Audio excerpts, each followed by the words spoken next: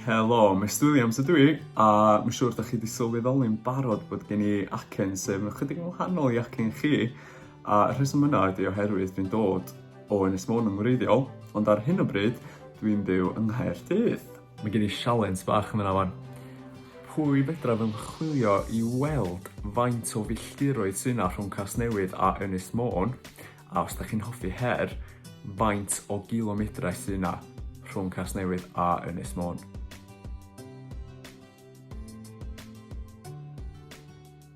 I ddechrau ffwrdd, swn i'n gallu dychmygu mewn nifer fawr ohonoch chi'n sy'n teimlo reit chwilfrydig i gael athro newydd, ac hefyd i fod o fewn ystafell dosbarth newydd hefyd.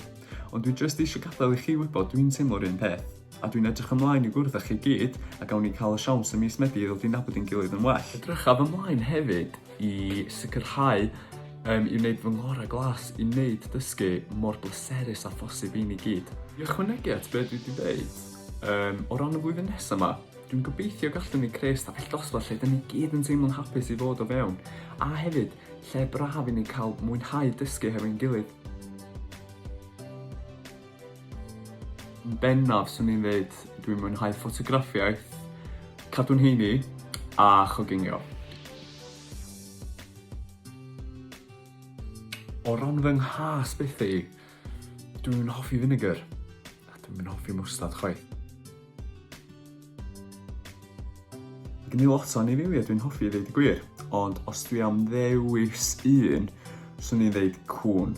A ffaith diddorol, mae gen i westy bach o enw Max, a mae'n dangos llun i chi o rwan.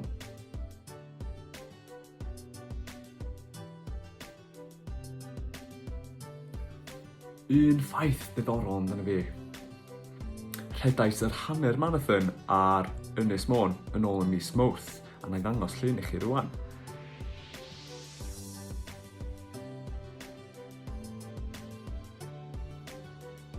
Dwi'n ymwybodol hefyd da ni'n byw mewn amser sy'n reit wahanol dydy. Ond dwi jyst eisiau atgoffa chi, mi ddeith yr amser unwaith eto lle da ni'n cael bod hefo'n ffrindiau, da ni'n cael mynd allan i weld pethau.